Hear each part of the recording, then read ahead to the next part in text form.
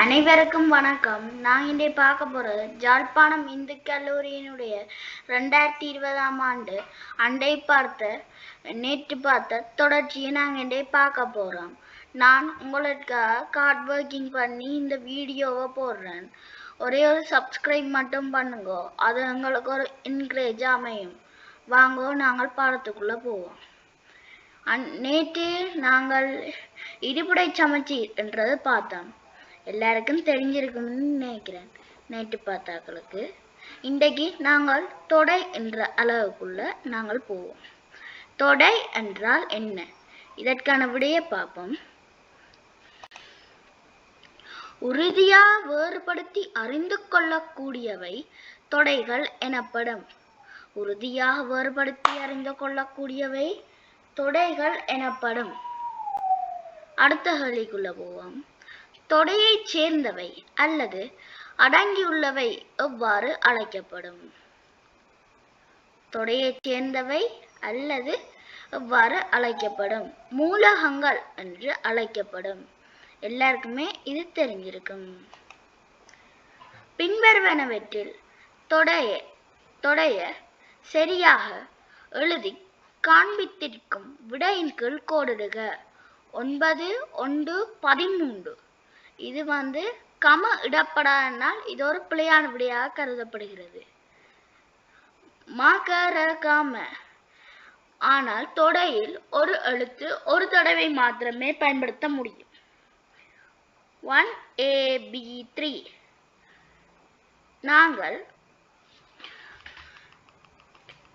Capital லெட்டர்ஸை பாவிக்கணும். Small லெட்டர்ஸை பாவிச்சா அது பிழை. அப்ப எல்லாம் கடைசியா சரியா இருக்கிற விட என்ன? டி. ஆனா இதுல 4லையுமே குறைஞ்சிருக்கிற விடயம் என்ன சொல்லுங்க பாப்போம் பிள்ளைகள். என்னண்டா அதுக்கான தொடை குறியீட்டு நம்பர் போட இல்லை. இதான் 4லையும் பிள்ளையா இருக்கு. ஆனா இதன்படி பார்த்தா இந்த விட சரியா இருக்கு. அடுத்த கேள்விக்குள்ள நாங்கள் போவோம். A சமன் 7க்கும் 19க்கும் இடைப்பட்ட 3 மடங்கு என்ற தொடையின் மூலகங்களை இரட்டை அடைப்பினுள் பயன்படுத்தி எழுதுக. மூலகங்களை இரட்டை அடைப்பினுள் பட்டியற்படுத்தி எழுதுக. இப்படி பிள்ளையா வாசிச்சா உங்களுக்கு கேள்விகளுக்கான விடை பிள்ளையாத்தான் வரும். A சமன் 9, 12, 15, 18 என்ன கேட்டது? 7க்கும் 19க்கும். அப்ப வாய்பாடு எல்லாரும் சொல்லுங்க. 3 3 2 6. அப்ப இது ரெண்டும் வராது. 3 9 வரும், 3 12 வரும், 3 15 வரும், 3 18 வரும். சரியா? அடுத்த கேள்விக்குள்ள போவோம். வெண்வரி படம் ஒன்றில் காட்டுக. வெண்வரி படம் ஒன்றில் காட்டுறது எல்லாருக்கும் அதிகமல்லவா தெரிஞ்சிருக்கும்.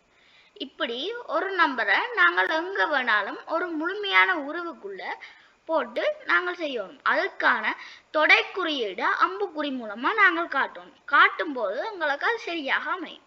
அடுத்த கேள்விக்குள்ள போவோம். தொடை பியை பொது பண்புகளை கொண்டு இரட்டை அடைப்பினுள் விவரித்து எழுதுக. என்ன ஜோசிங்க பாப்பம் பிள்ளைகளே? என்ன 1 தொடக்கம் 26 வரை உள்ள சதுரன்கள். சதுரன்கள் என்னென்ன?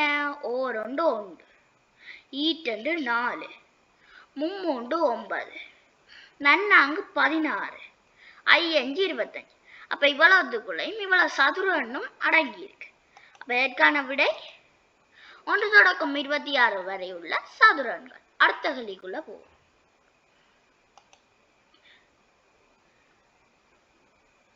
வானவில்லில் நிறங்கள் உறுதியா இருக்கும். அப்ப அது ஒரு தொடைன்றதுக்கு அதிலே சரி போட்டு காட்டிட்டு. சரியா? 0க்கும் 50க்கும் உள்ள 5 மடங்கள். 5 மடங்கள் எப்பவுமே உங்களுக்கு உறுதியா இருக்க போகுது. ஆண்டபடியா அதுவும் உங்களுக்கு தொடையில சரியா வரும். அடுத்தது பாடசாலை உயரமான மாணவர்கள். இது எங்களால உறுதியா கூற முடியாது. ஏனென்றா எல்லாரும் கட்டையாகவும் இருக்கலாம். எல்லாரும் என்ன சமமந்தர அளவிலையும் இருக்கலாம். ஒரு ஆள் உயரமாகவும் இன்னொரு ஆள் கட்டையாகவும் இருக்கலாம். அப்ப இதை பத்தி நாங்கள் தெளிவா கூற முடியாது. ஆண்டபடியே இதுக்கான விடை பிழை. அடுத்த கேள்வி, வகுப்பில் உள்ள திறமையான மாணவர்கள்.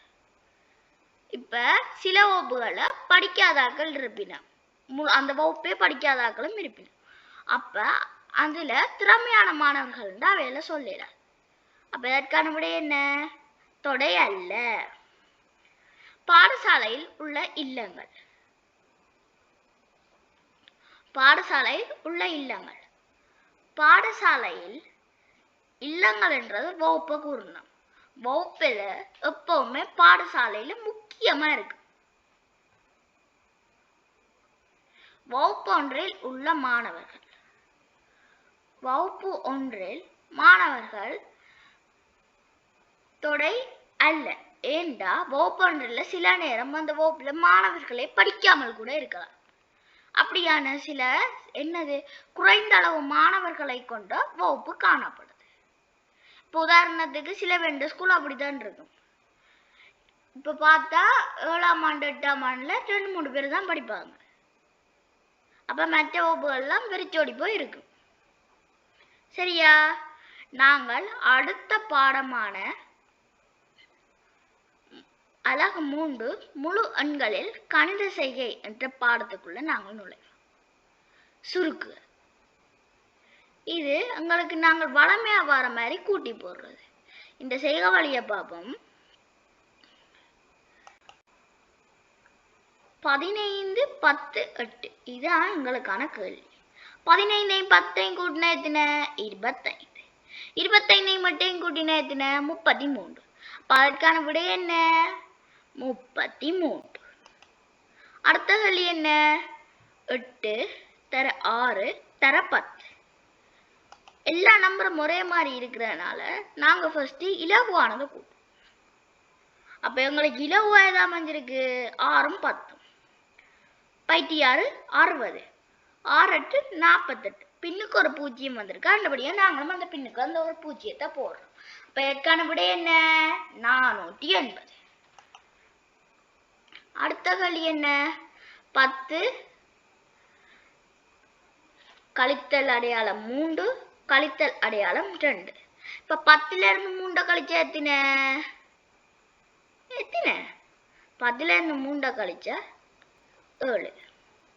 7ல இருந்து 2 போனுச்சுன்னா 5. அப்ப இதற்கான விடை என்ன? 5. அடுத்த கேள்வி என்ன? 36 அரண 6 அதை 3ஆல பிரிக்கும்.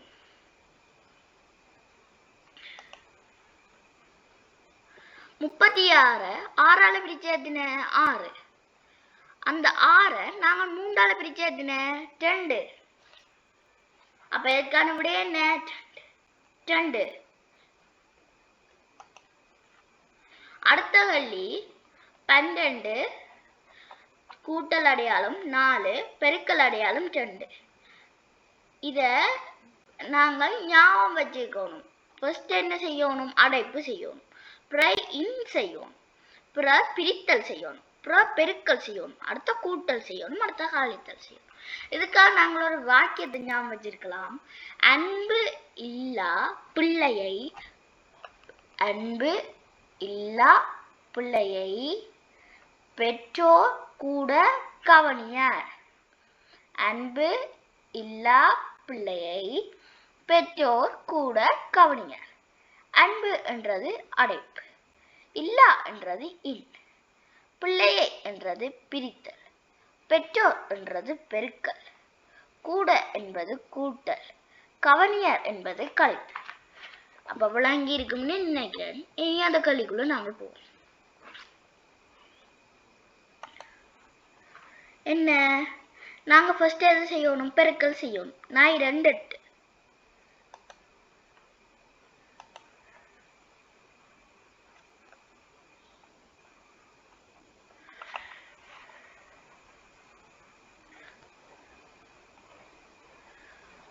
நான் 2 8. 12ஓட 8 கூட்டினா எத்தனை? 20. இதற்கான விடை என்ன? 20. அடுத்த வழி என்ன? 12 தர அடையாளம் 4 கூட்டல் அடையாளம் 2. இதுக்கு நாங்கள் இடத்துல இருந்து வலதா இலகுவாவே செஞ்சு கொண்டு போகலாம். 12 4ஆல பெருக்கினா 12 48. அந்த 48ஓட 2 கூட்டினா 50. அப்போ அதுக்கான விட என்ன 50. அடுத்த கேள்விக்குள்ள நாங்கள் நுழைவோம். அடுத்த கேள்வி என்ன 12 கழித்தல் அடையாளம் 4 தர 2. இதற்கான விடைக்குள்ள நுழைவோம்.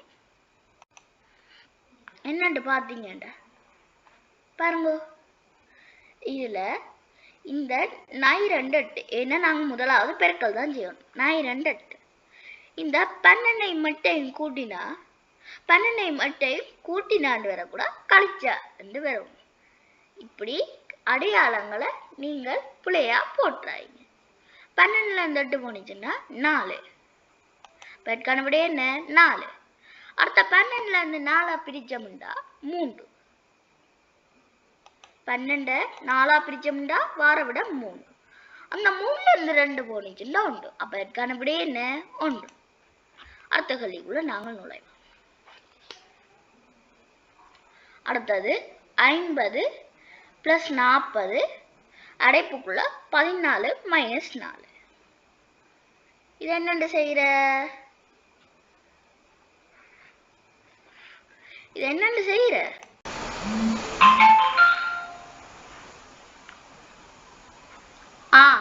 என்னண்டு செய்யறன்னு எல்லாருக்கும் தெரிஞ்சிருக்கும். என்ன? இதற்கான செய்கோளிக்குள்ள போவோம். நாங்கள் ஃபர்ஸ்ட் முதல் இப்படி எழுதுவோம். 50 + 40 இந்த 14 4 கழிச்சு 10. பிறகு இந்த 40ஐயும் 10ஐயும் பெருக்கி 400.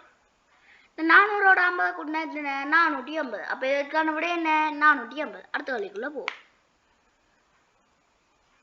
10 + 8 அடைப்புக்குள்ள 12 - 2 பெருக்கல் 6 அரண 3. இந்த கேள்விக்கான செய்வழிக்குள்ள போவோம். முதலாவது 10 அப்படியே போடணும், 8 அப்படியே போடணும், 12ல இருந்து 2 கழிச்சு 10 போடணும், பின்பு 6ஐயும் 3ஐயும் அப்படியே போடணும். பின்பு என்ன செய்யணும்டா 10ஐயும் அப்படியே போட்டுட்டு அந்த 6 3 அதை பிரித்து ஃபர்ஸ்ட் 2 போடணும். பிறகு இந்த 10ஐயும் மட்டும் கூட்டி 82 போடணும். இப்போ இந்த 80 2ஆல பெருக்கினா 160. இந்த 160ஐயும் 10ஐயும் கூட்டினா 170. அப்போ இதற்கான விட என்ன 170. அடுத்த கேள்விக்குள்ள போவோம். 20 + அடைப்புக்குள்ள 16 அரண 4 - 2. இப்போ இதற்கான செய்வழிக்குள்ள போவோம். முதலாவது 20 அப்படியே போடணும். போட்டு கூட்டல் அடையாளத்தை போட்டுட்டு இந்த 16 நாங்கள் 4ஆல பிரிக்கணும். அப்போ 4ஆல பிரிக்க வர விட என்ன 4. பின்பு அந்த 4ல இருந்து 2 போனிச்சுன்னா 2. அதை நாங்கள் இங்கே போட்டிருக்கோம். அந்த 20 அப்படியே இருக்கு. அப்போ இந்த 20 2ஐயும் கூட்டிக்க எங்களுக்கு வார விட 22. அடுத்த வழிக்குள்ள உடனே போவோம். அடுத்தது 4 + 6 அரண அடைப்புக்குள்ள பிள்ளைகள் பெருக்கல் 20 + 7 அரண 3 - 40. இதுக்கான செய்கோளிக்குள்ள போவோம். ஃபர்ஸ்ட் 4 போட்டு 6 அந்த அடைப்புக்குள்ள இருக்கிற 27 போட்டு அதை நாங்கள் 3ஆல் பிரிக்கிறதுக்கான அரணையும் போட்டு 40ஐயும் போட்டு வச்சுக்கிறோம். இப்போ இந்த 4 அப்படியே இருக்கு. இந்த 20 7ஐயும் கூட்டினா 27. இந்த 27 நாங்கள் 3ஆல் பிரித்து 9 போட்டிருக்கோம். இப்போ 40. இப்போ 4 அப்படியே இருக்கு. 9 54. அதே 40 அப்படியே இருக்கு. இப்போ 54 40 போனிச்சுட்டா 14. அந்த 14 அப்படியே போட்டிருக்கோம். அந்த 14 18. அப்போ இதற்கான விட 18. நான் உங்களுக்காக இவ்வளவு ஹார்ட் ஒர்க்கிங் பண்ணி இந்த வீடியோவை போடுறேன். இன்னும் ஒருக்கா மறக்காம சப்ஸ்கிரைப் பண்ணுங்க. அது உங்களுக்கு ஒரு மோட்டிவேஷனாக அமையும். இத்துடன் இந்த வீடியோவை முடிச்சுக்கொண்டு நாளைக்கு உங்களை அடுத்த வீடியோவில் சந்திக்கும் வரை விடைபெறுவது நான் உங்கள் கலையன்மன் தஸ்டிதன்.